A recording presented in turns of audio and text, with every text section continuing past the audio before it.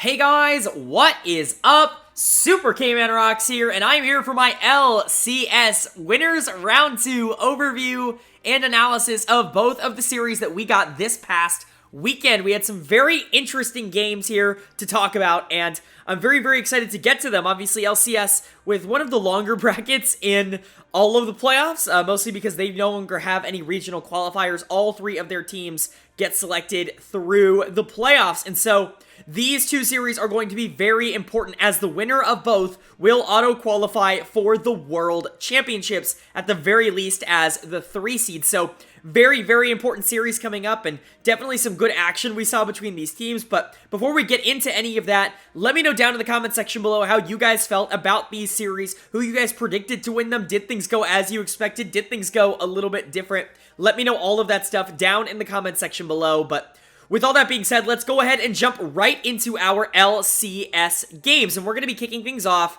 with our 2-3 matchup here, which I think a lot of people were really excited about, between 2-seeded 100 Thieves and 3-seeded Team Liquid. Now, I think there are a lot of people, me included, that would argue these are the two best teams, at least going into this series in NA. I think a lot of people will talk about EG looking good, but they weren't consistently able to beat either of these two teams in the regular season, most specifically not, convincingly. And both of them just have the talent to be able to be the top of the league every single year. Obviously, 100 Thieves has the experience. This team has played together for 3 straight splits. You cannot underestimate the amount of time that a year and a half is for a League of Legends team to get cohesion together. And then for Team Liquid, this is just probably the most dynamically talented team in the league when you just talk about pure mechanical skill 1v1 in terms of lane pressure. They haven't always shown it in the regular season, but they've really gotten their heads on straight, I think, in recent weeks, and they obliterated FlyQuest. And so definitely both of these teams, I think, are going into the series with a little bit of positive momentum on their side, and I was really excited to see how things worked out. Obviously, a lot of really fun matchups here, and you know, my key matchup of the series was in the support position. I think you could talk about the top lane matchup as well as being very fun. So who ended up coming out on top in this series? Well, let's start off with game number 1. And game number 1 was a 100 Thieves win. They do take the 1-0 series lead, and 100 Thieves did have pretty much all of the momentum in terms of these two facing off in the regular season. Not only did they beat them both times, but they beat them in Week 8 as well, the final game of the season, to secure their spot here as the number 2 seed. So definitely momentum on 100 Thieves' side. They come into the series maintaining that momentum. Honestly, just a very dominant game from them. Very proud of how they played. They played as a cohesive unit. They played from top to support all really well, with the exception of a few misplays in the early game, but it really never got to the point where it was all that bad. I think really the only missteps, quote-unquote, that 100 Thieves had, Closer got pretty behind in the early game. Santorin actually 3-buffed Closer and was able to get a pretty big lead in terms of XP in the early game, but Santorin didn't really do anything to accentuate that lead, and so Closer was able to, you know, just kind of ride the wave out, make some plays in the mid game, and be able to get that Kalista online, be able to get the Aatrox online, and by that point in the game, it was pretty much over. TL's comp was really designed around scaling and around getting to that late part of the game, and they just didn't ever try to do anything in the early game because of it. Obviously, scaling comps, you don't want to be over-aggressing and you don't want to be over-pushing your limits in the early game, but at the same time, you still need to get yourself into a position where you have gold in the late game, and it just felt like TL forgot that part of the game. 100 Thieves, though, played the mid game here, I would say, nearly perfectly, whether it was investing a lot into FBI here on the Kalista, making sure that he was in a good spot to be able to do a significant amount of damage and really be able to keep up with the Zeri in the late game, even if Zeri was to somehow get some gold in these mid-game skirmishes, or whether it was investing in Someday in the top lane, making sure to punish that R5 Urgot pick that really isn't all that safe into Aatrox. Obviously, we've seen this matchup very consistently. This was the most dominant matchup of the 2018-2019 meta, Aatrox versus Urgot. A lot of people are going to remember that right after both of their reworks, but really in all that time, it never felt like either of them had a distinct advantage, one over the other. I would say, for me, if anything, Aatrox is just a little bit stronger in the meta right now, so Closer definitely investing a lot more resources into Someday in the top lane than Santorin did into Bwipo, and it definitely paid off with that Aatrox becoming really strong and getting to a point where he could really take over the back half of these team fights on flanks and just never really die on the front line, which is really helpful when you don't really have a true tank. on your team. Overall, I would say just a really clean game from 100 Thieves in this one. From top to bottom, they really played the mid game out pretty much perfectly, and, aside from Closer getting behind in the early game just a tad bit here on a matchup that honestly can go either way, like, the Poppy winning isn't all that surprising, it's just unfortunate. Really, there were no mistakes, like, really no mistakes. They were able to cleanly close this out in the late game team fight very, very well and finish the game without really any sort of problems, and, you can credit a lot of that to 100T, but you also have to credit a bit of that to Team Liquid, who, I think at points in the season, we always talked about this team being underrated and overrated at the same time, where it felt like their performances were so inconsistent in what you got out of this team that it was really hard to get a read on them. Because some games they would be really impressive, especially in the late game. They would just be phenomenal late game team fighters, especially players like Bjergsen would be able to come in and play really, really great in the later half of the game. But in this game, they were just not good. Like, at any point in the game, obviously, Santorin did a good job in the early game to generate a lead, but then he did absolutely nothing with it on the Poppy, just kind of let his lead disintegrate here because he knew he didn't really have a winning lane, quote-unquote, anywhere, even though I really think you can invest in this mid lane and it can work out, but whatever. Bjergsen plays ridiculously passive in this game. It's kind of insane. I've never seen someone play Sylas like it's Nico or some other really frail champion, right, where it's just backline, backline, backline until you can't anymore. It's actually insane how Bjergsen played this game. Don't really know what his goal was. We've seen him play Sylas at a high level, and it just seemed like he wasn't prepared to do that here. He was playing way too safe. Whippo R5's the Urgot, which is just so aggressive.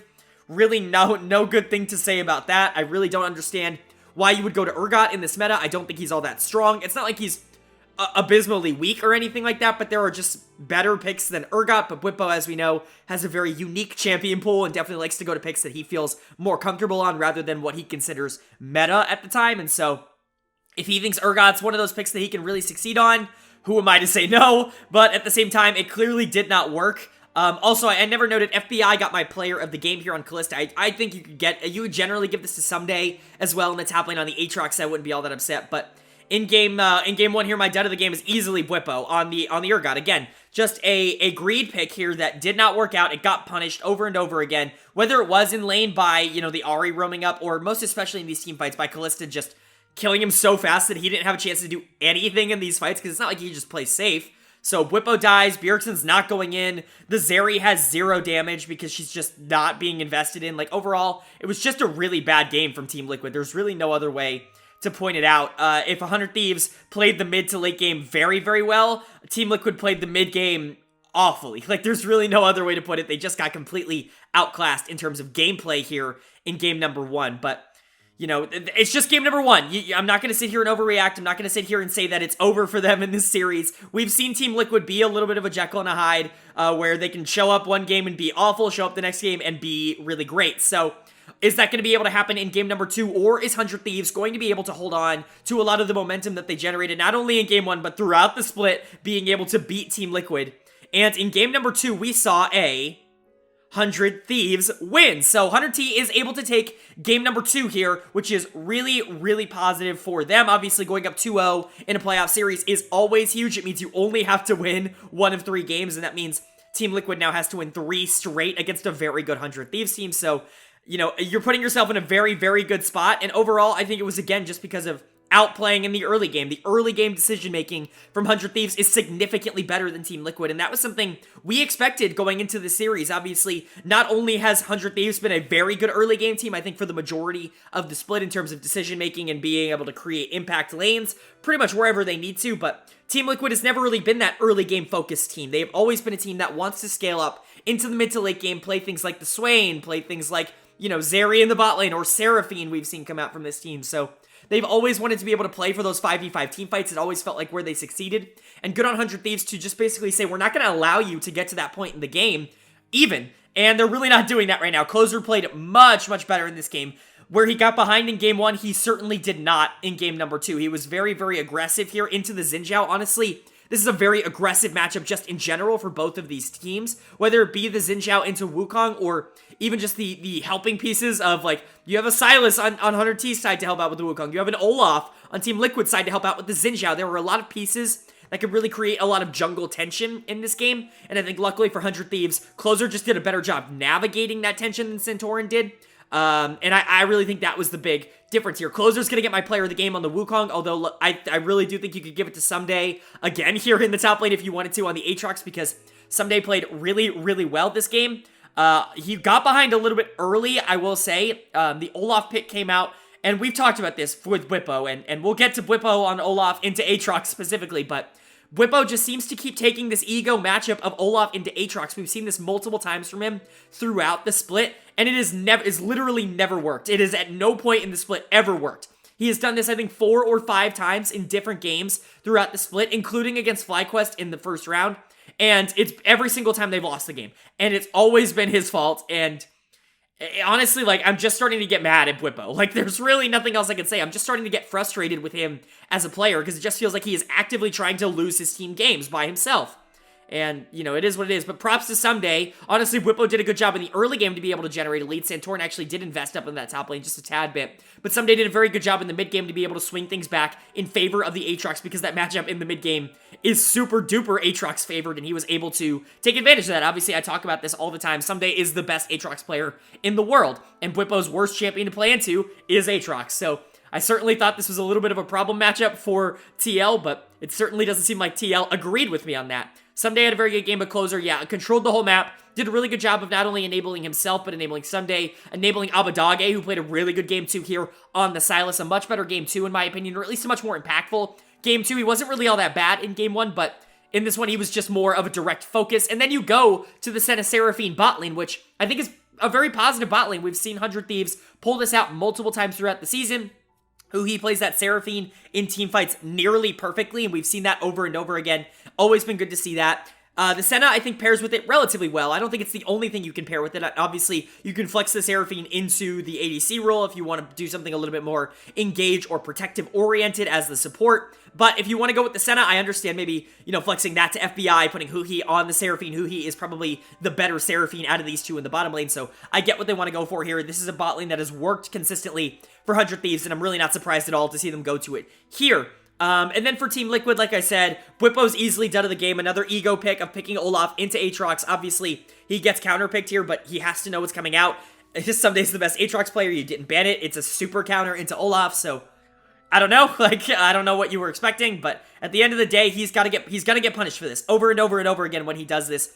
And I have no words for why he would keep doing it. He's been proven wrong every single time he's tried to take this matchup, and he just keeps pushing forward trying to take it. And eventually he's got to learn that slamming his head into the wall is only going to give him a headache and not really break the wall down. So, Santorin also didn't play nearly as well this game as he did last game. I think Santorin, like I said, had a really good early game last time, and even if he did nothing with it, at least he did try to play something early. In this game, he picks a more early game focused champion and just doesn't get nearly the same kind of lead. He tries to make some pressure plays top lane, but it doesn't matter. Closer just kind of outplays him and out-macros him on the Wukong, is able to get to objectives first, is able to enable his lanes a lot faster, so overall, a much better game, in my opinion, from Closer here than Santorin. And then Bjergsen, who just, I don't think could hit a charm if his life depended on it towards the back half of this game. I've been defending Bjergsen, I think, for a majority of, the split, and I stand by that. I think Bjergsen is really, really underrated in terms of the impact that he's had on TL's success this year, but this was not a very good game 2 from Bjergsen. Really was just not all that effective in terms of his mechanics. Not saying that that's definitely going to last, but it's definitely something that is a little bit concerning. Hansama and Core JJ lost. Honestly, nobody on Team Liquid looked good in Game 2. This is one of the more depressing performances, Game 1 and 2 combo that we've seen from a good team in quite a while. Maybe, obviously T1 had their sweep against Gen G. Spoiler alerts for LCK Finals. But, this is a little bit different. This is them just kind of not being nearly as good of a team. So, very, very disappointing. But something that I think Team Liquid can turn around. The series is definitely going to be hard to win. Obviously now, because you're in a spot where you're down 0-2. You have to win 3 games in a row against 100 Thieves, and that's very unlikely. But you can at least try to get some momentum back, I think, in the series.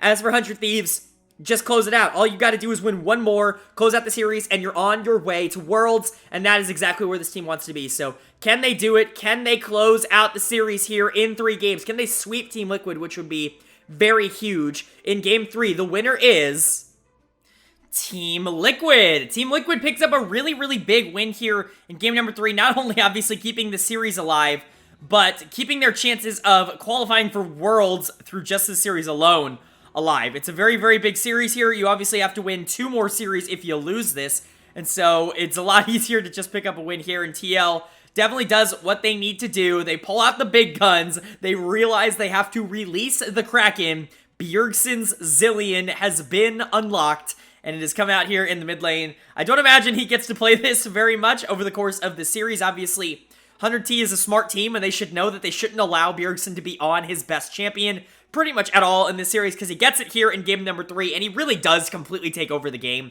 Like, we can talk all we want about the impact that Zilean can have on the map, but, like, the way Bjergsen plays him is so different from pretty much anybody else, maybe other than Jensen, in the sense that he creates so much pressure on that champion pretty much everywhere on the map, whether it's in his own mid lane, being able to just completely outlane and out-dominate Abbedagge here on the Ahri, or whether it's being able to roam with Santorin to objectives and having basically perfect objective control, making sure Closer on this Poppy is super duper far behind, which he is in this game. Bjergsen was just able to take over the map, and for that reason, he's going to get my player of the game here in game number 3, a beautiful Zilean game from the world's best Zilean player, in my opinion. But it wasn't just him that played well. Santorin also had a really, really great game here, and you've got to give him a lot of credit for that. The Vi and the Urgot as a combo was really, really deadly, and Santorin being all over the map was a really big problem, I think, for pretty much everybody squishy on the side of 100T. Whether that was Ahri and most especially Lucian, there was really just not a lot of circumstances in which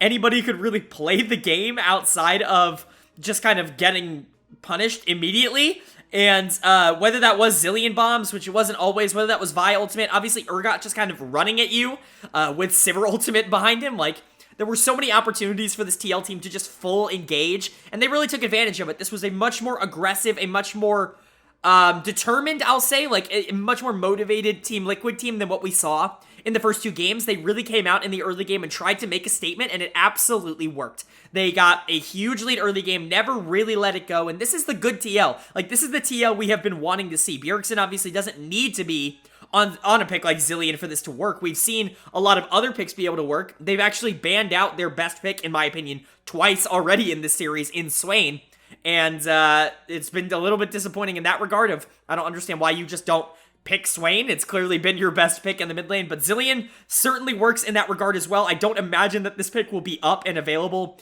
for the rest of this series. 100T is a smart team and they won't allow that, but like, Urgot Vi is something that really did work in this series, not only because of the pressure that they were able to put on a laning phase. Like, Bwipo had a decently better laning phase, not a perfect one, but a decently better laning phase this time into some days Aatrox. Santorin did a phenomenal job in the early to mid game against Closer, really just outplayed him for the most part here in game number 3, just kind of like he did in game number 1, at least the early part of game number 1. But FBI couldn't play this game. Like, there was a 0% chance that FBI had anything to do in this game, because you have an Urgot with Sivir ultimate and or Zilean speed up just running at you, and then a Vi can just point and click ult you, and then the fight's over really at that point. You don't really have any sustained level of damage outside of the Lucian on 100T's side. So really, I think a good comp from TL, even if it's not perfect, I think it's a little bit too over-aggressive, but if this is what they need to unlock their brain in order to say, like, well, this comp is super aggressive, so we have to play aggressive. If that's what it takes, then, like, go for it. Like, I'm all in. Absolutely go for it. So, overall, I think a good game from Team Liquid. Definitely an important bounce back, and one that they're going to be excited about. For 100T, not a great loss here. Abbedagge is going to get my dud of the game here in the mid lane. It seems that Bjergsen's bad RE mechanics kind of translated over to Abbedagge here in game number 3. He was a lot better on this champion in game number 1. That is certainly for sure, but a lot of missed charms, a lot of missed opportunities in this game for Abbedagge, as he just couldn't really keep control of the mid lane matchup. Bjergsen was able to spiral that out of control and be able to roam in a way that, honestly, Ahri should just generally have the advantage of in this matchup. And so you got to give a lot of credit to Bjergsen for being able to do that, but you also got to take away some credit for Abbedagge for, quite frankly, just getting outclassed here in game 3 by Bjergsen. It's not the worst thing in the world. Obviously, he can bounce back, but not a good game 3 here. And then Closer also just got completely outplayed in the jungle matchup here. Santorin, I think, has been better throughout most of the year. He had a much better early game in game 1. Closer did a great job of being able to capitalize on Santorin's mistakes in the back half of game 1, and then was just better than him in game number 2. It kind of flips back over here in game number 3. It's a very interesting jungle matchup between these two, because I think they are both top-tier players, and so it is very, very interesting to kind of watch them go head-to-head. I really think it's a very even matchup. You have Bwipo again going to the ego pick of Urgot. Someday really feeling like he can counter with the Aatrox, but not getting nearly as much attention this time in the top lane. He really doesn't lose the matchup. Honestly, he still wins, but the Urgot is significantly more useful in the team fights, if only because he has a lot more options to be able to engage this time. Like I said, with the Sivir ultimate, with the Zillion speed up, even just following in on a Leona or a Vi.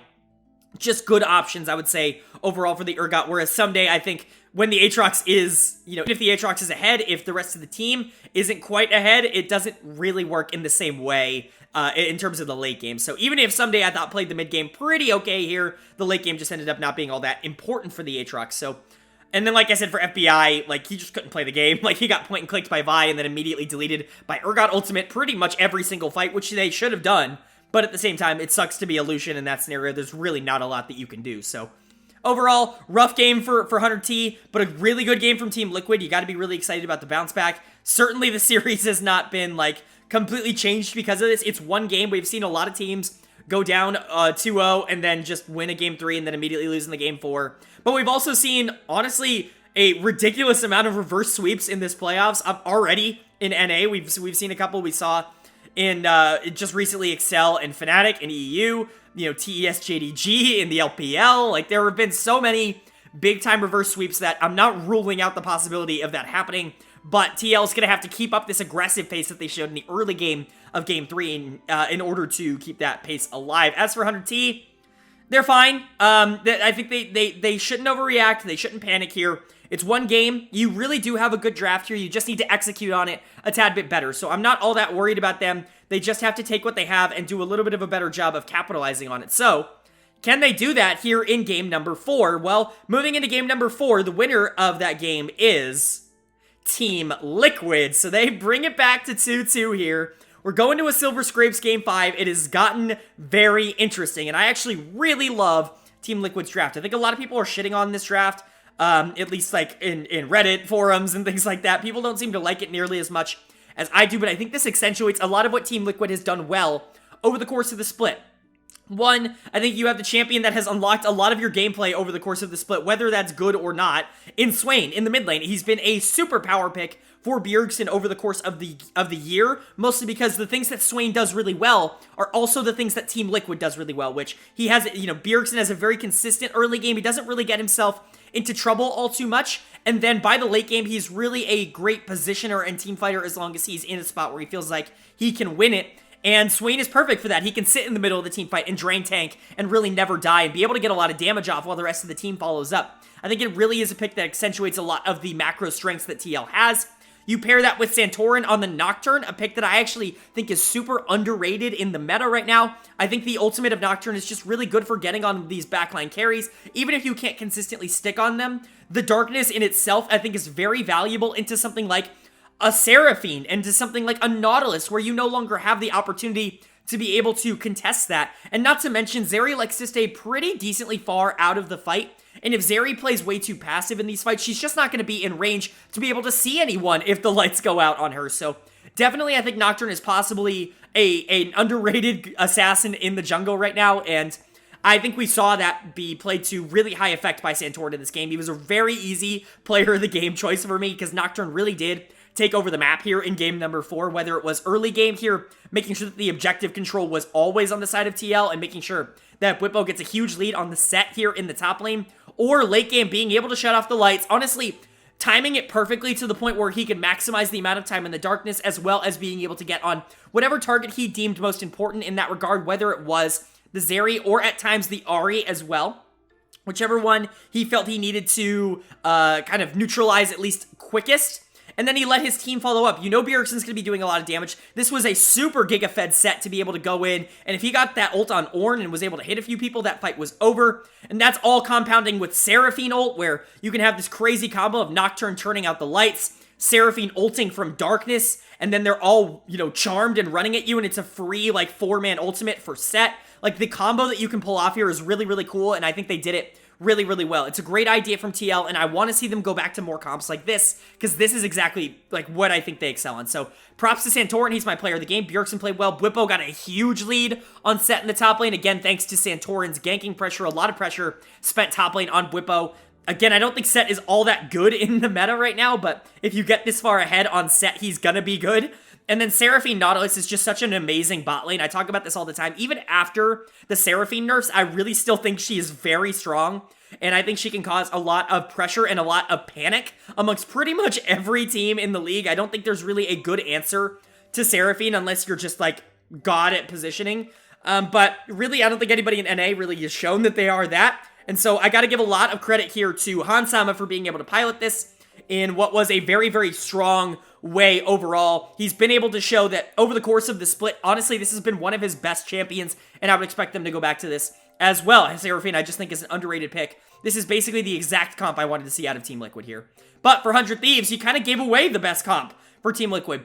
You yourself have been kind of the innovators of Seraphine in terms of NA. Like you, CLG, Team Liquid, you're the three teams playing Seraphine throughout the split. And you give it up here, you give it to Hansama. Well, you think you can counter it with the Zeri, that's fine. They pick the Nocturne, which honestly creates a lot of problems. They get Set Swain, which is just a very tanky, like, solo lane duo to be able to deal with. Like, the Ahri ends up becoming, quite frankly, not all that important here. Really, the only person that you're ever going to be able to get on as Ahri is potentially Seraphine, and that's only if she messes up. And then you have so much peel here from the Nautilus that it doesn't really matter. And so the Ahri ends up becoming a little null and void, especially when she gets down in early game pressure. She's not able to roam to these objectives nearly as quickly, and then that part of her game is also a little bit null and void, and then Closer just gets completely outplayed in the jungle. I talked about Game 3 being big in Santorin's favor in terms of the jungle matchup. It happened again here in Game number 4, where Santorin was honestly just the better player. The Nocturne pick was huge here. He was able to get to objectives a lot faster. His clear was a lot faster, and honestly, when you pick Vive to engage in a lot of these team fights to really nullify maybe something like a Seraphine, there's just a lot of problems with that, as if you full dive on the Seraphine, you're leaving your backline completely open, and if you don't full dive on the Seraphine, she's just going to be able to dominate your team fight. So at the end of the day, no decision was really all that good for 100 Thieves, and Closer definitely felt that at many points throughout the game, going 2-10-4. So overall, rough game for 100 Thieves. Definitely not the perfect game that they wanted. And now you're going to a Game 5, and anybody can win in a Game 5. I always say that. Team Liquid's walking into it with the momentum. They won Game 3, they won Game 4. They've gone 2-0 in the last two, but 100 Thieves definitely still has this in them. They're still a very good team, and this is a team that has performed under pressure in years past, so it's not like I'm completely counting their ability to win this Game 5 out, but if Team Liquid can really get off this kind of draft again and play to what has exactly been their strengths throughout the entirety of the year, I see them putting themselves in a very good spot to be able to be that team that qualifies for Worlds. So, how do the drafts go? How does the game go? What is going to happen here in game number 5? And in game number 5, we had a 100 Thieves win. They do come back and win this series, even after looking like they were so close to choking it away against the good Team Liquid team. They are able to close it out by, honestly, Team Liquid choking in draft with a very questionable draft here, and I'll get to that in a bit. But 100T played this game really well. 100T also has some questionable decisions, but they just executed on it very, very well. Obviously, they take away the Seraphine. They go back to that Senna Seraphine lane that, again, if you feel comfortable on it, I highly recommend playing it. It is a good lane. It's just not a perfect lane. I think there are better versions of it, but if you feel like Huhi is significantly better than FBI on that Seraphine, then this is probably the best way to execute on that. But you go to a very, very aggressive early game jungler here in Lee Sin. This is something that we've seen progressively throughout the year just completely fall out of the meta in pretty much every single region, because people have realized that he does 0 damage after 10 to 15 minutes into the game. And that's fine, you just have to make your utility, your kick, incredibly good in order to make him worth it.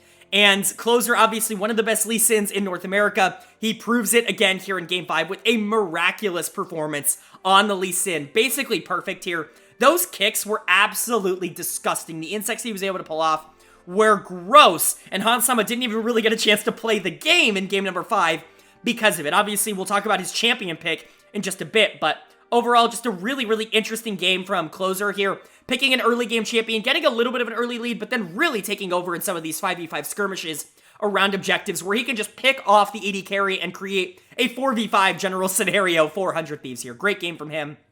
And then a lot of credit goes towards Someday again here on the Aatrox. Some phenomenal flanks. He played the early laning phase really well into the Renekton, and that's really the important part for Someday here on the Aatrox, is making sure he can survive that early wave of aggression that Renekton offers up, because by the mid game, you're just going to, quite frankly, be a better version of Renekton, where you want to get on those flanks, you want to be able to go into the team fights and be able to get, you know, just kind of stand in the middle of everybody and drain tank your way into a spot where you can absorb a lot of the pressure and create more situations for the rest of your team to be able to go in.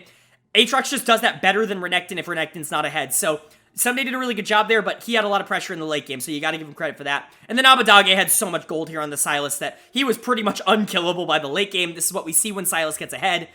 He can just win the game basically by himself. So shout out to 100 Thieves. They, you know, an interesting comp here. I wouldn't have gone for the Lee Sin, but clearly Closer knows better than me, because the way he played this champion was magnifique, and certainly not something I would change if he's gonna be able to play it like this. But for Team Liquid, an unfortunate loss here. You had some momentum building, and I do think you played well in this series. Dud of the game here in game number 5 is going to go to Hansama. Unfortunately, he pulls out the misfortune here. I don't really get it. Like, I'm higher on MF, I think, than a lot of other analysts are. But generally, this is just too risky of a spot, I think, to pull out the misfortune in. I get that you want to try to punish the Senna lane early, but if you get to that point in the mid game where you're just, like, again, you're short range. Like, you're Lucian, but without the damage, honestly, and, or at least your damage is all on ultimate, and that's just not really that great of a place to be in. They were in this game for a bit, mostly because MF did get some gold, and so did Bjergsen here on the Azir. They were in a spot where they could theoretically teamfight if things went right, but like I said, Closer, with all the disruption that he was able to create in those teamfights, basically made them a 4v5 without their main carry, and they never really had a chance in that game, so overall, just a decent game from Team Liquid, and a good series overall from them, but they couldn't finish it out in game number 5 here, and I'm not shocked. This is what I predicted. Even though I predicted Team Liquid to win the LCS this split, I predicted them to lose this series, because I think it's going to take some time for this TL team to really understand where they need to go in draft and really build up some momentum. I think this could be the start for them. This could also be a bad sign. Obviously, it's going to be very interesting now that they are slotted in to play CLG in the losers bracket. That is an incredibly intriguing matchup overall, which we will obviously detail at the end of the episode here. But, you know, a good series overall from Team Liquid. I'm not going to hit the panic button just yet. They should still be in a position where if they continue to play well, they'll at least have a decent shot to be able to make Worlds. I'm not going to say it's guaranteed, because obviously the top 4 teams are all super close and only 3 of them are going to go to Worlds, but I'm not counting Team Liquid out by any means just yet. They still played the series well, especially when they got on a draft that they feel like they could really execute on. As for 100 Thieves, they're going to be very, very excited. They have officially qualified for the 2022 World Championships, which has got to be great for them. Obviously, this is a team that, you know, of all the top 4 teams, they've been the one that's probably been the most consistent over the course of the year, and you got to be excited about that. Closer played really, really well in the series. So did Someday. Abadage, I think the top side of that map played really well. My player of the series is going to go to Closer. I think a lot of people are going to want to give it to Someday, but he didn't really, like, hyper carry any of these games, and Closer, I think, hyper carried a couple of these games. Even if he had some more dud performances in some of their losses, I think that Closer was just super big for them in their wins. So for me, Closer's going to get my player of the series here for 100T. He was really, really solid, especially in game 5 here, but even especially again in game number 2. If you go back to that one, he was really, really solid. And I think this 100T team is very excited. I think they will probably feel confident to play either of EG or C9 moving into that upper bracket winners finals, mostly because I think they really feel like they are the best team in LCS right now. And I certainly won't disagree with that. They certainly feel like the best team in LCS right now. If they can just maintain their momentum and maintain their stride right now, I think they should be moving on to, you know, finals and maybe even Worlds as the number 1 seed in a pretty easy manner. As long as they just keep up what they're doing right now.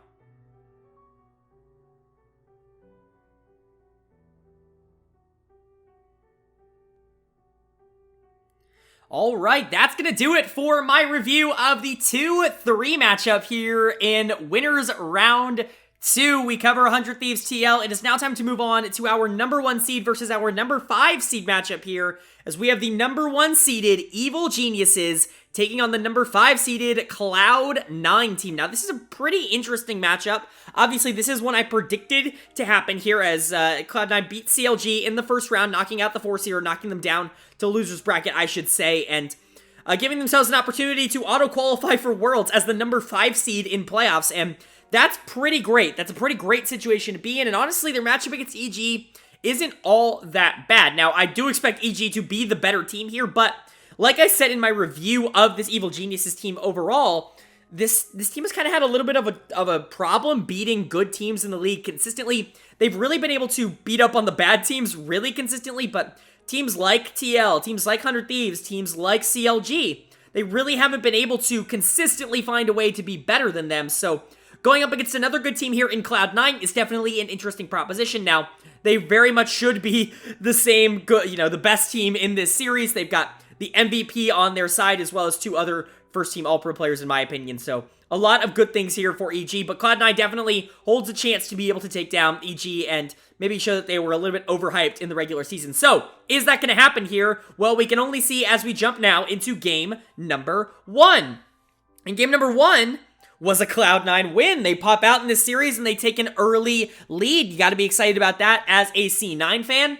And honestly, they played really, really well in this game. The draft is pretty clean. You draft the Sejuani, you're able to flex that into the jungle. You have Fudge go on the counter pick Camille in the top lane, which I'm typically not a huge fan of, but it very much worked in this game. Jensen obviously has kind of found his style over the past few weeks in the mid lane. Obviously, the meta right now, very much more of the roam style mid laners. Things like Talia, Silas, Ahri, even Azir, I think is relatively viable right now, but Jensen really has rejected that style of mid lane play pretty much all year long, but most especially recently as he's gone back to more of his comfort picks, like the Orianna, like the Zilean in recent weeks, and we see the Orianna come out in the mid lane. I think Orianna is ridiculously weak right now, and I think in most scenarios I would tell people to completely stay away from that champion in the mid lane, but if Jensen really feels like he can play that Orianna at a higher level than he can play something like the Silas right now, then go ahead and do it. It is, at the end of the day, play what you are going to be best at. It's just oftentimes it's going to be the champions that are stronger. And then Berserker gets Zeri. Come on. That's phenomenal. You give probably the most talented AD carry in the region Zeri here, and he completely goes off on it. He does build the damage variant. Obviously, NA has been very partial to the tank build, and we have seen the tank build be very strong in other regions. But for the most part, I think damage is just really good on Zeri in general, and Berserker does a really good job of maintaining that here. He's going to get my player of the game here in game number 1. He really was just able to take over this mid game and make life a living hell for Evil Geniuses in what was a pretty big stop for Cloud9 in this game number 1. Berserker was a big reason for that. His damage in the later half of that game was great. Sven did a great job keeping him alive as well, though Sven was not really all that important in this game, just kind of there. Same with Jensen, I think, for the most part, but really Berserker was great. And the other 2 members of this team that were great, Fudge and Blabber, who really, really stepped up. I really like Blabber on picks like Sejuani. We've seen him be able to pull out some of these more quote-unquote passive picks, but the reason Blabber is able to play them so, great, and the reason you think of, a pick like Gragas when you think of Blabber is because he takes these champions that are traditionally more passive in the early game, and he doesn't play them like that, and oftentimes that catches the opponents very off guard to the point where his mechanical skill can allow him to create a lot of plays that just other junglers aren't able to do.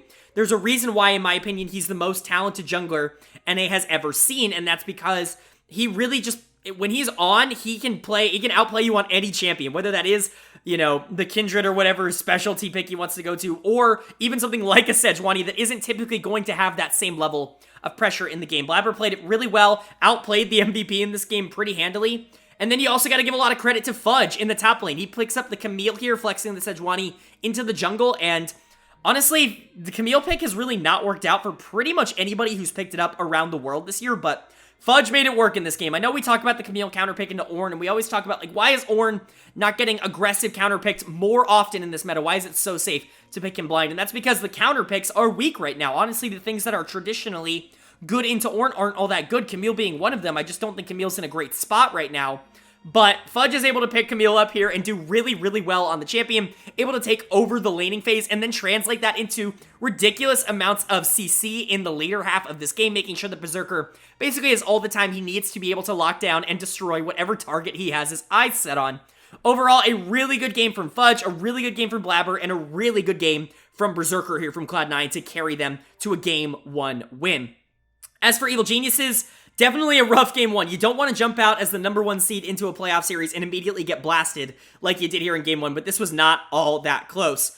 Impact is going to get my dud of the game here, kind of continuing from where he left off in the regular season. I think a lot of people were maybe not on the same page as me when I was saying Impact was, like, secretly bad this regular season, like, secretly, like, bottom 3 top laner in the region bad in this regular season, and he kind of carried that over into this game. He picks up the Ornn, he gets the counter pick on the Camille, but this is something that is still relatively playable for the Ornn, mostly because his stats are just better right now than Camille's, and so he should be able to at least survive the laning phase, but he doesn't. And honestly, it's not even a lot of jungle pressure that causes it. He loses 1v1 so hard to Fudge. Yes, it's a counter pick, but still, like, he loses so hard as a tank in this matchup that he becomes completely useless towards the back half of this game, really not accomplishing anything. The only play that they were able to make was due to this Hecarim Azir combo. And even then, like, why are you picking up Hecarim in this meta? I like Hecarim. I still think he's good, but, like, there are so many options that I think you left on the table to go for the Hecarim instead. And so I'm not a super big fan of that. You have the Sivir Yuumi. You want to invest in that lane. You have the Azir to be able to carry late. You just need to get there. But man, the early game was just so ridiculously bad for Evil Geniuses in this game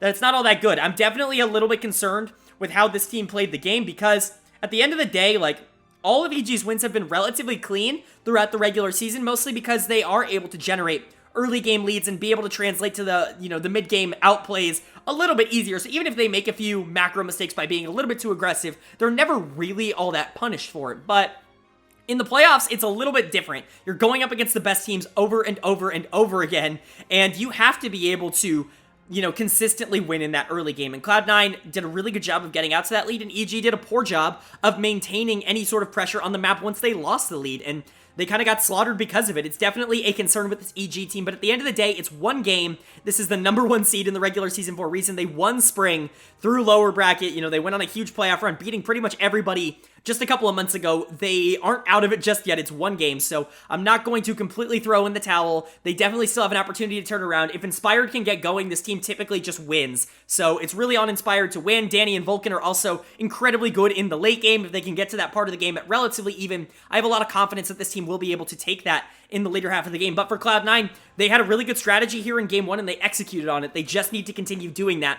They know EG is going to adapt. They have to have a secondary game plan here, and it will be interesting to see what that is and if they can execute on it in the same way that they executed on it in this game. So now we move on to game number 2, and Cloud9 being up 1-0, are they going to be able to keep the momentum? Is EG going to be able to bounce back and make this a little bit more interesting of a series? Well, game 2 was a Cloud9 win as they go up 2-0 in this series. Now, I've already said in this video, 2-0 is a little bit difficult to come back from, but honestly, this year has proven that a little bit less true than maybe past years. We've seen quite a few reverse sweeps. It's not over or anything yet, but a 2-0 lead is phenomenal for a team that, quite frankly, was pretty much unanimously picked to not be the favorites in this series. So good for Cloud9, and they play it really well. I gotta give a ton of credit to Fudge in the top lane on this Fiora. He goes for another counter pick here. Impact goes to the Aatrox, trying to be a little bit more proactive maybe in the laning phase, but also definitely a teamfight useful champion. And Fudge counterpicks with the side lane Fiora, trying to split that Aatrox, trying to get him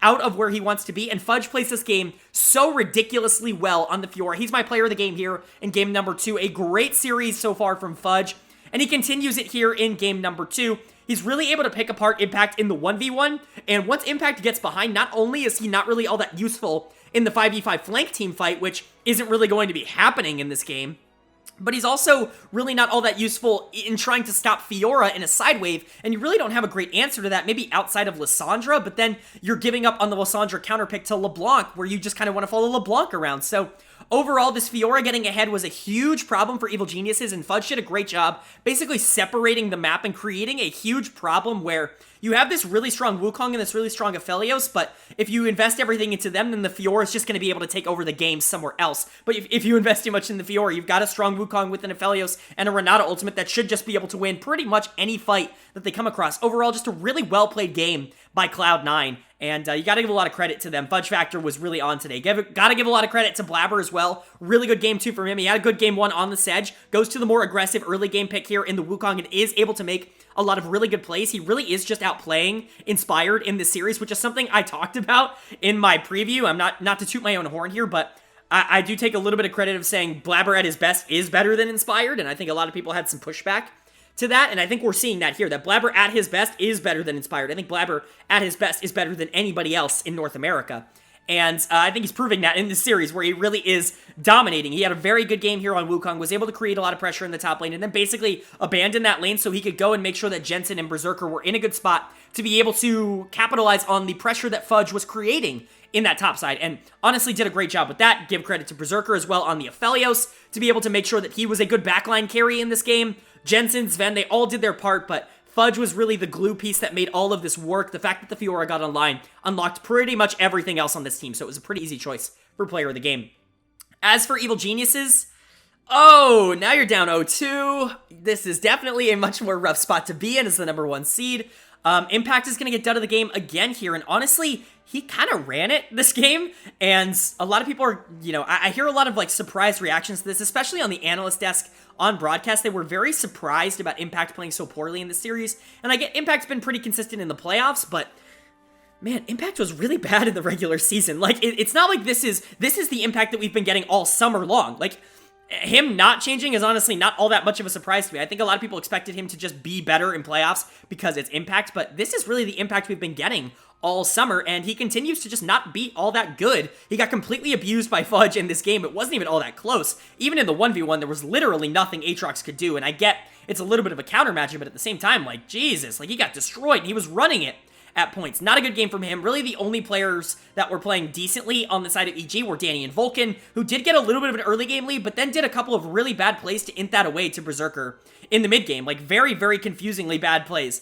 And you got to question that from Danny. As soon as Blabber started investing in that Ezreal, all of a sudden, those Qs weren't doing nearly as much as they were supposed to be doing in the late game, and EG had a much harder time. I think Danny definitely had an opportunity to carry this game, but Blabber did a good job of shutting that down early when he sensed that that was going to be a little bit of an issue. Overall, Ezreal's not one of those champions that I think can do that effectively either. Obviously, a lot of AD carries banned. You ban out 3 yourself as EG, being Kalista, Sivir, and Zeri, but at the same time, like, there are still other options maybe than the Ezreal. I get that Danny is really good at the Ezreal, but maybe don't ban out 3 AD carries and then pick Ezreal and then, just not be all that useful in the game. Like, that's not necessarily the thing that I would have wanted to see from this EG team. So, yeah, even though I think Danny played well, and Vulcan, I think, played fine on the Yuumi, like, what were they really going to do to win the game? Like, you're relying on this Ezreal. You have an Aatrox, Sejuani, Lissandra as your other lanes. Like, Ezreal has to single-handedly carry this game, and I just don't think he's in that state right now where he's going to be able to do that at least nearly as easily as someone like an Aphelios does, because he has a Fiora, because he has a Wukong. You have so many more options on Cloud9. This was really a pretty big draft gap, and even if EG played the early game well, like, they started playing the mid game poorly, and at that point it was just over. So yeah, I mean, that's rough. Like, this game is rough. Really nothing else to say. Fudge kind of took over and made it really, really easy for Cloud9, and that's a problem for EG. I'm not hitting the panic button yet, but I'm definitely getting concerned because you're down 0-2 against a team that, quite frankly, you should have no problem beating, at least relatively consistently. Maybe not like a 3-0, but like, you shouldn't be down 0-2, and you really need to start getting performances out of some of the players that really got you here in the first place, whether that be Inspired, whether that be JoJo, who really just haven't shown up so far in this playoff series. They haven't been all that good. You need to start getting performances out of them if you want any shot at being able to beat Cloud9 here. For C9, you just got to keep this up. You've had a really, really good idea of what EG wants to go to in these drafts, and you've been able to counter it really consistently. Blabber has also played really phenomenally in the early game to create a lot of pressure for both Berserker and Fudge on both sides of the map, and that's created a lot of pressure just generally for Cloud9 being able to do whatever they want on the map. I think overall, they just need to keep it up. If they just play like this again, it should be a 3-0. Like, they're playing better today. They just have to keep it up and not throw at this point. So can they do that? Can they get to a Game 3 sweep here against the #1 seed in the region? Well, Game number 3 was a Evil Geniuses win. They are not able to sweep them here. EG is able to take Game 3 and keep their series alive. While it wasn't the most convincing game in the world, they certainly were able to win it in the end. Mostly due to, again, I think, just draft diff. And I think it's definitely closer than it was, but Fudge pulling out the Scion, I'm just not a fan of that pick overall. You've got LeBlanc again in the mid lane. I talk about this all the time. I get it. Jensen, you like Orianna, you like LeBlanc, you like Zillion. None of those champions are good right now, and LeBlanc especially is just not all that useful, even with kills, which we saw in this game, and we're kind of seeing it in this series overall, which is just like, what impact does Jensen really have? But EG had a lot of champions that could have an impact, even from behind, and mostly we saw that in the bottom lane. They pull out the Seraphine, send a bot. They give the Seraphine to Danny to be able to pilot the more aggressive style here of the bottom lane. And, I kind of said that was a little bit of a mistake from Hunter T, but if Huhi's going to be able to play the Sarah better, whatever. Just go to whoever's going to play it better. Sarah is the main piece of that duo, and Danny really piloted it perfectly in this game. Even if he did miss a few charms here, maybe only getting some two-man charms every once in a while, it was still enough, and those heals were so unbelievably strong in the back half of the game to create a huge advantage for Evil Geniuses to the point where those 5v5 team fights were very in favor of EG. Danny's going to get my player of the game in this one on the Seraphine. Really wasn't all that close. Like, nobody else really on the team really had a great game outside of that. I think Inspire did play pretty okay here on the Sedge, was able to create pressure, not like a ton of pressure, but a decent amount of pressure. And I thought Vulcan actually played really well in the back half of this game in the team fights on the Senna. Obviously, some mistakes here, not picking up a lot of souls, like just actively missing a lot of souls throughout the game. And clearly is just like an experience thing for him, I think, on the champion. But at the end of the day, like, he still was able to pilot Senna in the team fights really, really well, and that's more important than being able to pick up the souls throughout the game. So it is what it is. And I thought Impact had a much better game in this one on the Renekton. Obviously, a significantly better matchup here in the top lane. You can talk about the Scion, being a counterpick to Renekton all you want because he's just super safe. I don't agree with that. I think Renekton should be able to take advantage of this matchup, and honestly, Impact did, and had a much better time in this one. Jojo, though, not so good. He did try his best to lose this game, I think, at multiple points throughout the game as the Azir with those positioning mistakes. Just getting caught out, some really terrible ults. Like, not a good game from Jojo, but in the end, it didn't really matter because EG was able to pull out the win because Seraphine is disgusting from ahead, and Danny was able to pilot it well.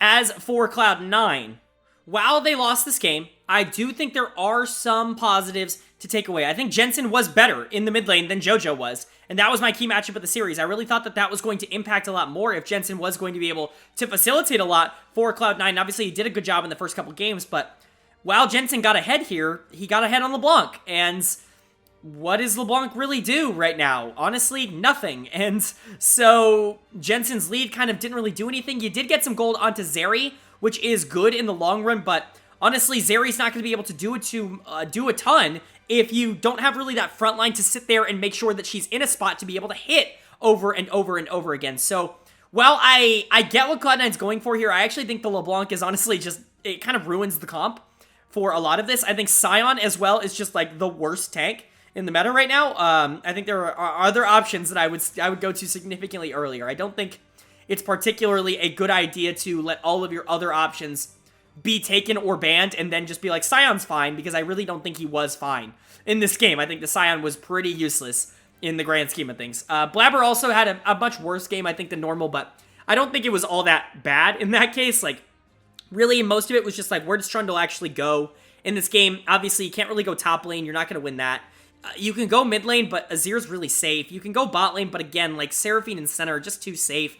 You really don't have a lot of options to actively gank or assist in this game. You just kind of have to hope that objectives start rolling your way, and unfortunately, EG had good macro and were able to put themselves in a position where they were able to get a lot of the objectives that they needed to. So Sven's going to get my dud of the game here. I think the Renata ults were fine, but at the end of the day, he kind of just let Seraphine get online. You got to play this lane significantly more aggressively. You can't really let Seraphine Senna get to that late game nearly on the same level that, some other bot lanes can. And I just don't think Sven was as aggro in this lane as he needed to be. It wasn't really that bad of a game from Sven. He didn't make any egregious mistakes, just not, like I wanted to see more from him. I think you could say the same thing for Blabber and the same thing for Fudge.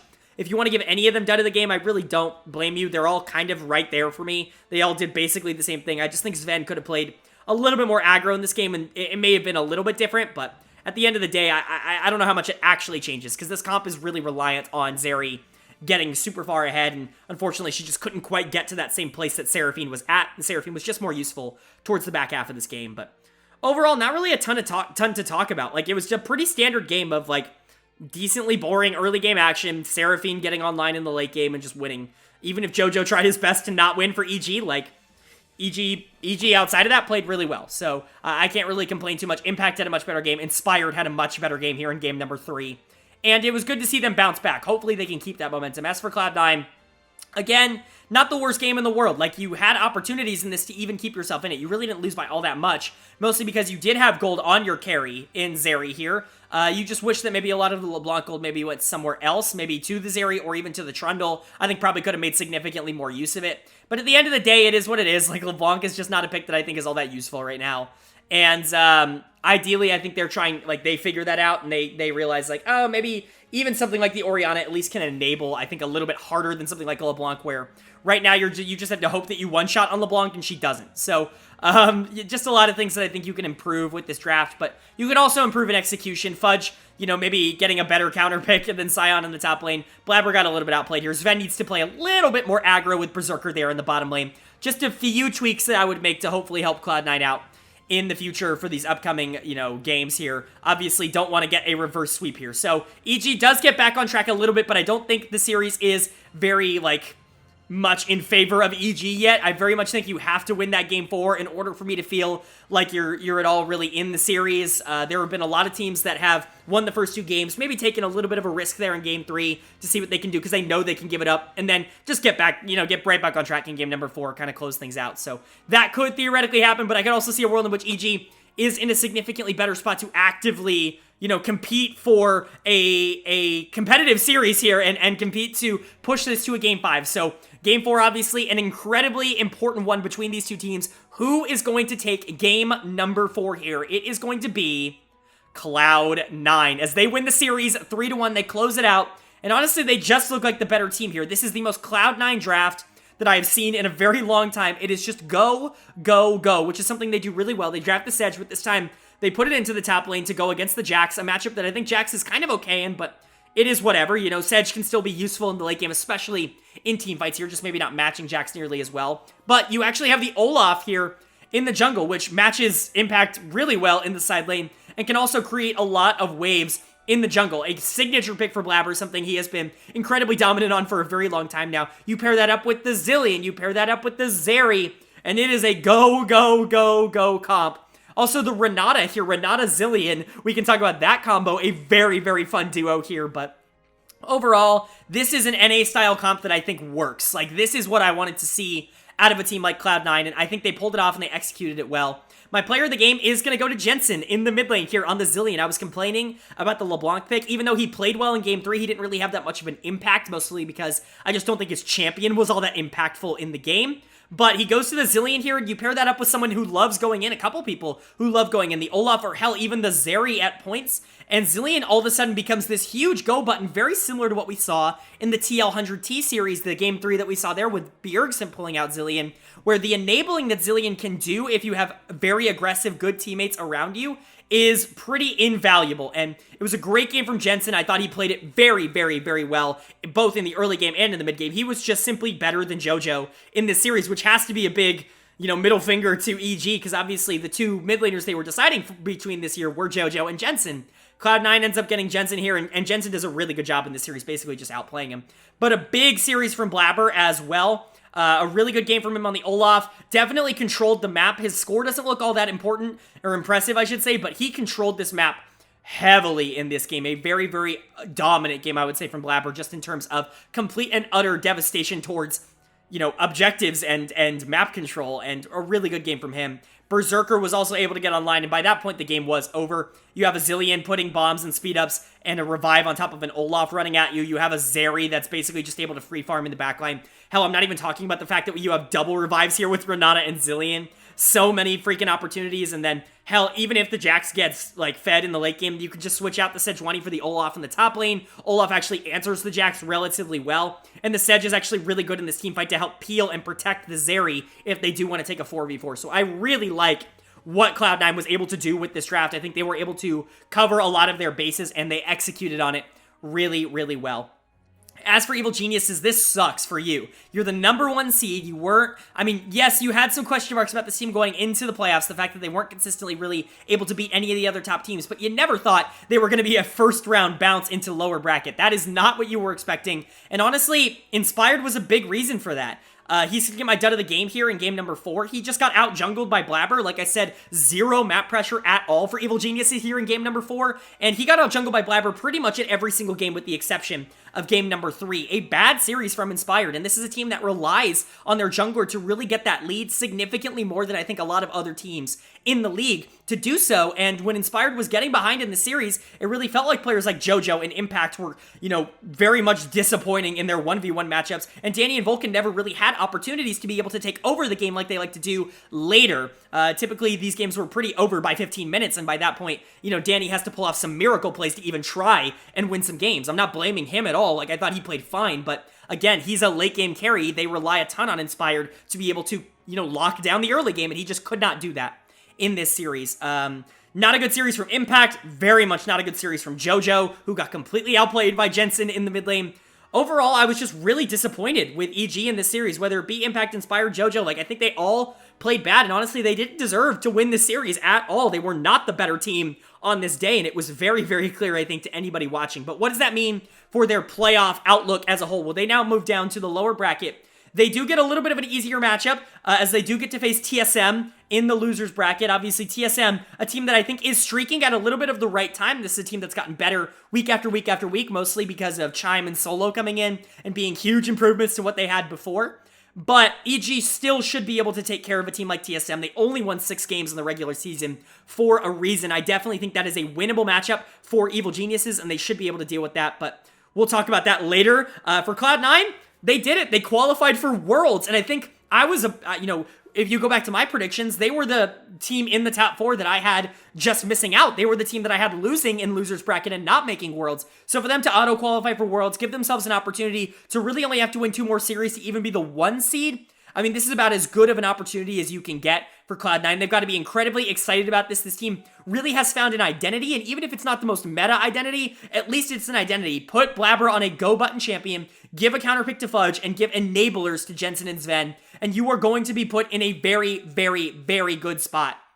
And I'm really happy that Cloud9's been able to find that. I love pretty much all of the players on this team. Cloud9, one of the historic organizations. It's really good to see them kind of overperforming the expectations that I gave them for a majority of the year. They're looking very, very good right now. They have to be able to enjoy this win, and, obviously we'll talk about their matchup coming up in just a bit, but it doesn't really get easier from here, so you might as well take the happiness while you have it right now.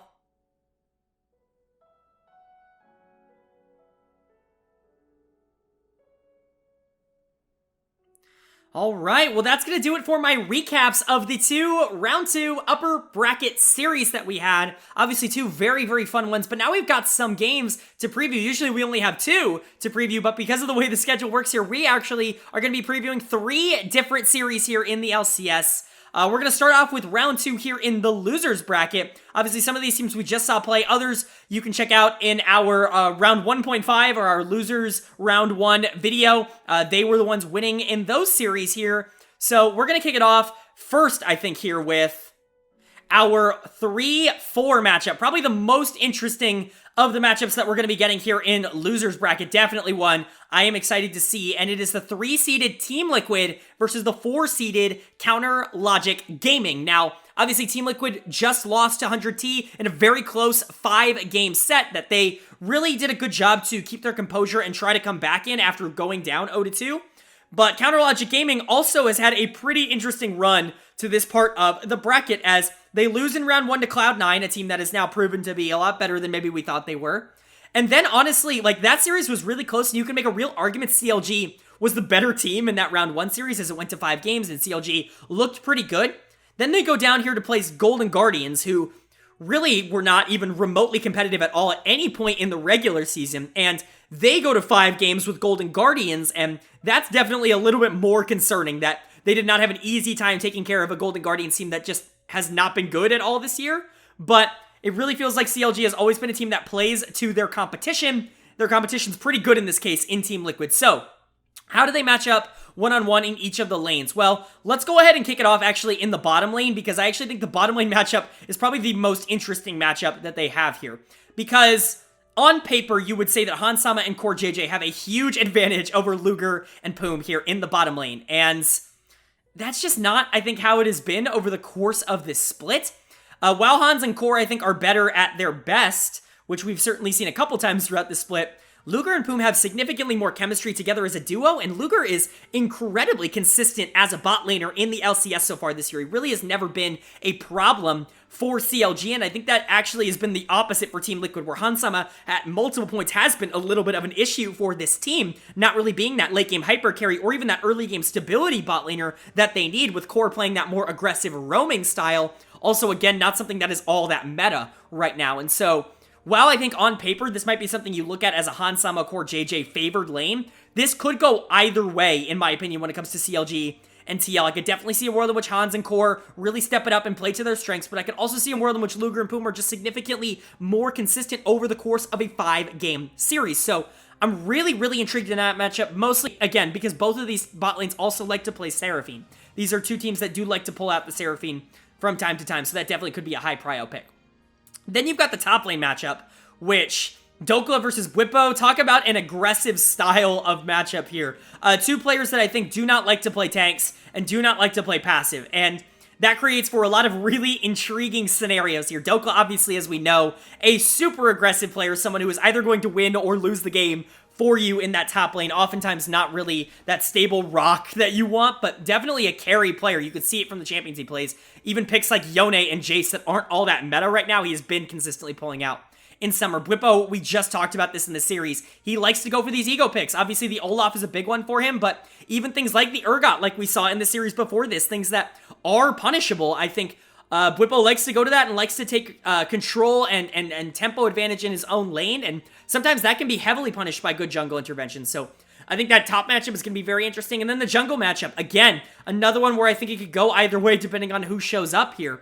Santorin is definitely the more consistent of the two, but Contracts at his best has been very good as a jungler so far this year. He just needs to maintain it. He's gotten a lot better at the meta champions. Things like Poppy, things like Wukong have definitely been better picks for him recently. Santorin, not so much. I mean, obviously the Wukong is a good pick for him, but the Trundle, he still goes to the Volley Bear a lot, which really isn't all that meta right now.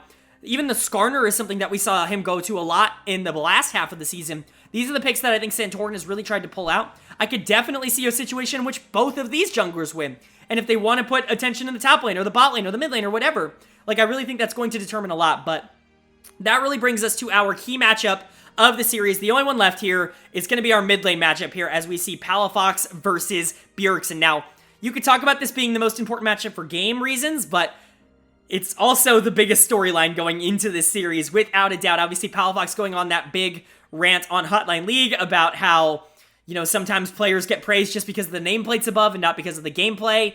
And, you know, that was pretty much directly directed at Bjergsen.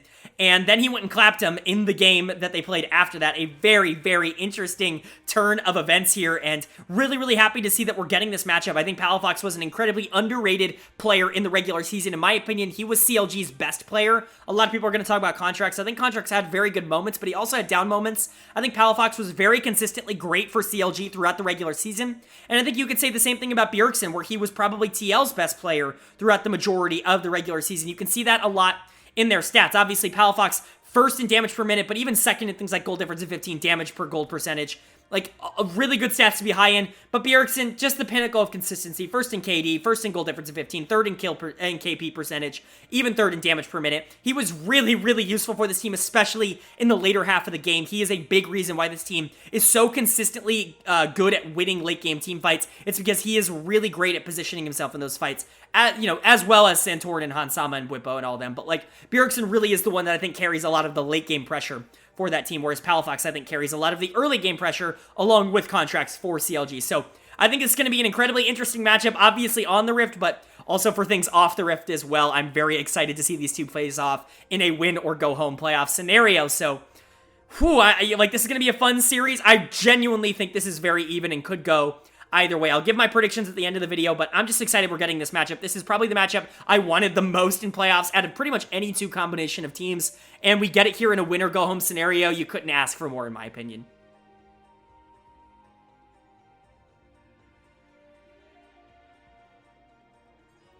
Moving on to our other losers bracket series now. We talked about our 3-4 matchup. This time, we get to talk about our, top-sided losers bracket matchup. I don't know how to phrase this. Of course, I'm talking about the number 1 seeded Evil Geniuses team taking on the number 7 seeded Team SoloMid team.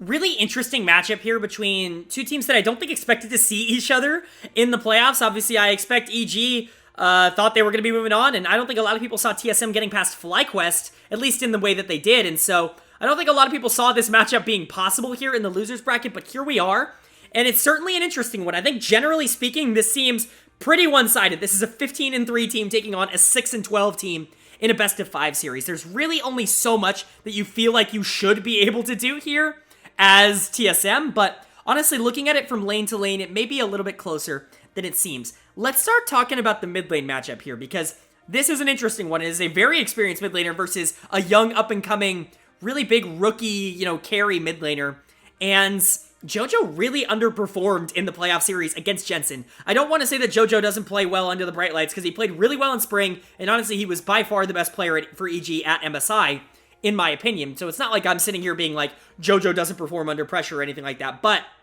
it'll be interesting to see how he adapts to playing to a more experienced player who might be able to take advantage of some of the smaller mistakes that JoJo makes. I don't think Maple has been all that good this year. I definitely think he's been a little overrated, but he's been a lot better as of recently, ever since the team has kind of gotten their shit together, and I think Maple is definitely a player that could potentially be someone that can take advantage of JoJo. Generally, though, JoJo is the better player, and he should have the lead in that matchup. As for the bot lane, I mean, Danny versus Instinct or Tactical, whichever one it ends up being here. I have Instinct listed, but very well could be Tactical since he subbed in and played the back half of the series against FlyQuest. Whichever matchup that is, Danny is super favored. But the support matchup is actually pretty interesting. I definitely think Vulcan is favored. I think he's the best support in the region right now, but Chime's been really, really good for TSM. Like, he has secretly been one of the top 3-ish supports in the region since he came back to LCS, and I think that might be something that could be a problem for EG, is he likes to make plays across the map with his jungler, and Chime can be the kind of player in a very similar style of what we just saw out of Sven, to just be able to kind of say, like, AFK the lane and really make Inspired's life a little bit more of a living hell, and that could definitely put EG in a trickier spot. Now, I certainly don't think that's likely, but it's possible. Then you have the top lane matchup here, Impact versus Solo, two players that I think typically are going to be put on tanks more often than not. Impact maybe less than Solo. Solo definitely is like the tank guy for TSM, but honestly, that's been a very good thing for TSM. They played significantly more consistently ever since Solo came into the lineup here, and I really don't have a lot of expectation that that is going to change in any way, shape, or form. Mostly because even on tanks, he really does have a huge impact on the late half of the game. When he plays, he's a great Ornn player. His ultimates are always fantastic, and his laning phase is solid. I expect them to just generally go back to that. For Impact, honestly, he's been worse than Solo for a majority of this year, and so I'm not going to sit here and say that this is TSM favored, but if you're just looking at Summer Split, Solo, I think, has been the better top laner than Impact, so that's something to consider. And then that brings us to our key matchup of the series, the one that I think will matter the most. I talked about a bunch of matchups that I think could theoretically be in TSM's favor, but if this one doesn't go their way, then I don't think they have a shot. And it's going to be the jungle matchup here. It's going to be Inspired versus Spica, the two big carries of both of the teams. Inspired needs to generate that lead. He was the MVP of the region for a reason here. And it's because his early game really dictates whether or not EG's going to have an easy time getting to that late game spot where Danny can win, or if it's going to be a lot more difficult. And honestly, Spica on the other end has been quietly like the guy for TSM throughout the year. A lot of people have given Spica a lot of shit. I've been hearing a lot of trash talk on Spica saying, oh, he's no longer a top tier jungler. Oh, TSM imploded because he couldn't carry that. Like, I just so completely disagree with both of those statements that it's actually absurd. Look at the stats here, and it's not just the stats. He backs this up on tape. He's first in KP percentage, second in damage percentage, second in first blood percentage, fourth in damage per minute among all junglers in the league. He has done his absolute best to be the rock for TSM, not Dwayne Johnson, but like the anchor for TSM throughout this split, and it just, the players around him have not been able to keep up, mostly the mid lane, and then before that, the bot lane was such a train wreck that he just couldn't really do anything, but now he has players to play around him, whether it's Chime, that loves to make plays with him, loves to invade with him, play around objectives, whether it's Maple stepping up, whether it's Solo just being more of an anchor in the top lane that he doesn't really have to invest a ton of resources onto that side of the map, he can more so invest in his game. I really think Spica is being completely underrated by the entirety of the LoL esports, fandom, and I think that the series might be a lot closer than people expect because of that. I said that TSM definitely had a shot against FlyQuest. They went and did that and confirmed me right there. Inspired, I think, is definitely a little bit more of a challenge for TSM, but I don't count them out quite yet. I think the series is going to be a lot closer than people give it credit for, and honestly, I'm really, really excited to watch it take place. This TSM team is very much being slept on, and EG's in a little bit of a rut right now. I'm not saying that TSM are favored by any means at all, but it's certainly one that I'm going to be keeping my eye on as a series to potentially shock a lot of people when it comes on.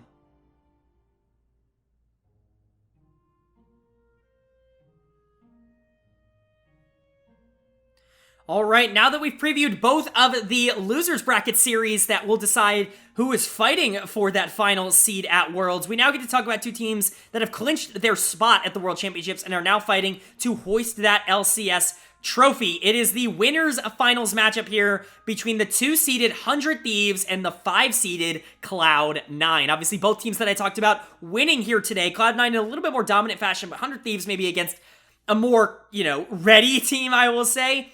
This is definitely an intriguing matchup, and there were a lot of moving parts and pieces to this that I think could be interesting. We start in the top lane, where I don't think you're going to be getting a better top lane matchup throughout any of the playoffs here in the LCS. I think this is a battle of the two best top laners right now in LCS in Someday versus Fudge. Someday's been the top laner in the LCS for so long now, it's hard to even count, but I mean, he just continues to do it year after year after year. Even when we think he's starting to become that washed tank player, he starts pulling out the Aatrox every game and carrying again. So I expect this matchup to be fiery. I expect it to be fierce. Someday could theoretically go to more of a tank style, maybe to try to negate some of the quote-unquote counter pick potential of Fudge, but at that same time, Fudge has counters to tanks. We saw it in this series against Evil Geniuses. He knows how to play into someone who's just trying to play passive, and Cloud9 is more than willing to give Fudge the opportunity to get that counter pick, especially on red side, and so, definitely going to be an interesting series to see how those two teams played out in draft, but very, very excited to see those two face off. Then you have the jungle matchup. What a fun one. Closer versus Blabber. Maybe the two most aggressive junglers in the league.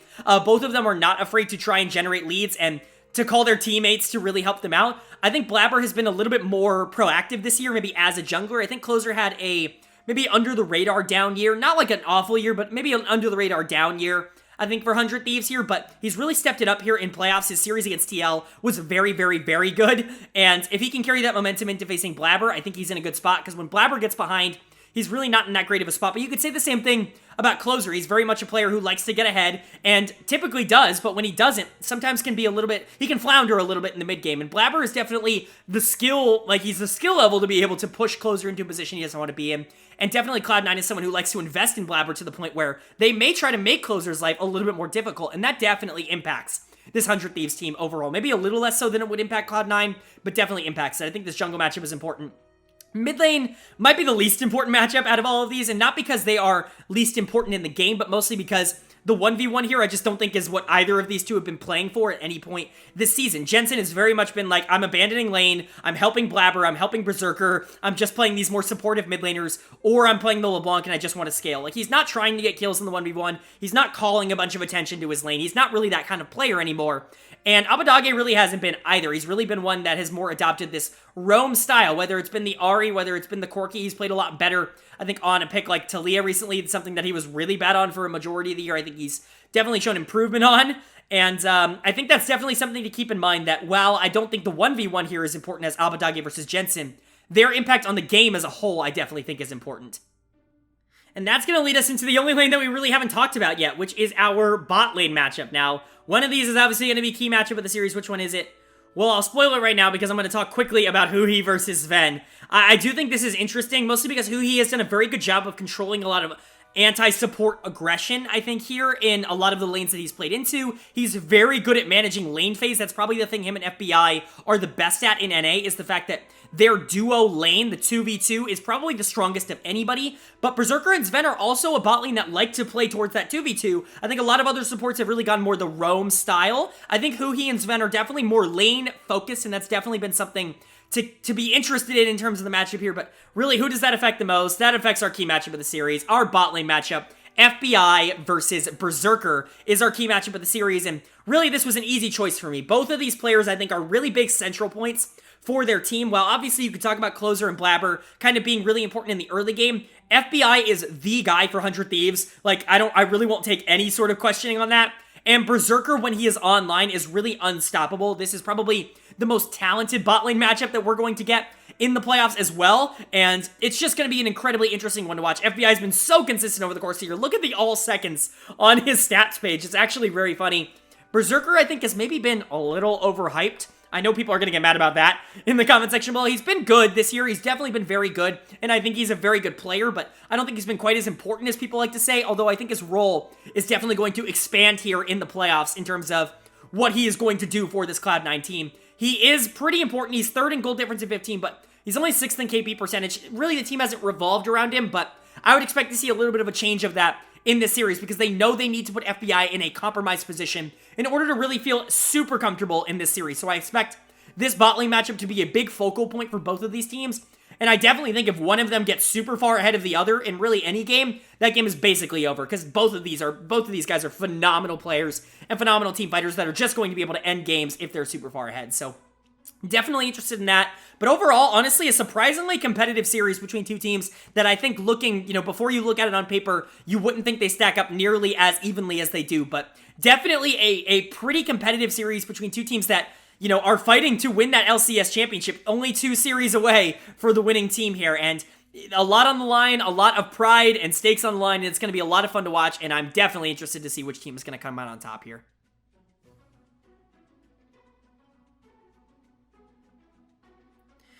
All right, that is going to do it, not only for my reviews of both of the upper bracket series here, but my previews of both of the lower bracket series as well as winners finals. A ton of content to be done in this video. Hope you guys enjoyed it, but now it is time for me to give my predictions for those 3 games that I previewed. We can start with CLG, Team Liquid, since we talked about it first.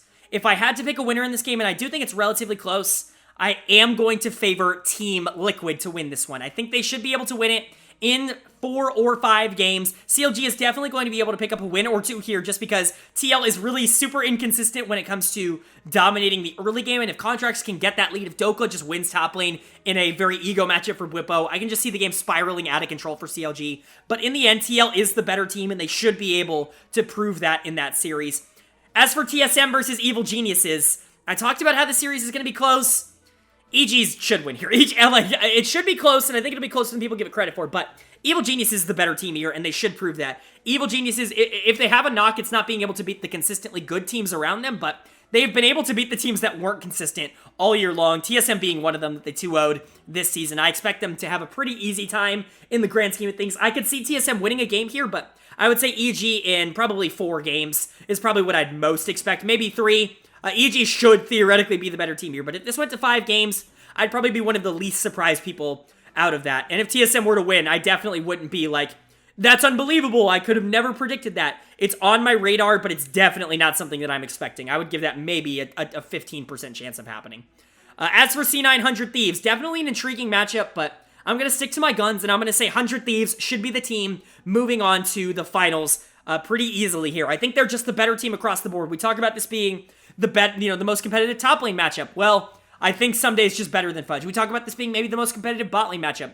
I honestly just think FBI is better than Berserker right now. So there is definitely some hope here for Cloud9. Blabber definitely getting the ball rolling and being interesting here, I think could make things interesting. But 100 Thieves is just one of those teams that plays super consistently against teams that like to be feast or famine. And they should be able to take care of Cloud9. I would expect this to be either a 3 or a 4 game series, honestly. 100 Thieves should just be better in this series. Cloud9 might make it interesting, but honestly, out of the 3 series I'm talking about, I think this might be the least close of all of them. Maybe EG TSM, maybe I'm giving TSM too much credit, but, I think 100 Thieves should be able to handle this relatively easily, but there we go. Those are my predictions. Let me know what you guys think of them down in the comment section below, and of course, I always ask this, leave a like on the end of this video if you made it to the end here. It really does help out the algorithm a lot for me, and it really shows me that you guys are enjoying the content that I'm putting out. Obviously, these videos are getting longer and longer as we have to talk about more and more games, and so if you guys are appreciating that content, I would highly recommend you leave a like and let me know down in the comment section below. But with all that being said, I hope you all are having a great day. I hope you continue to have a great day, and I will see you all later.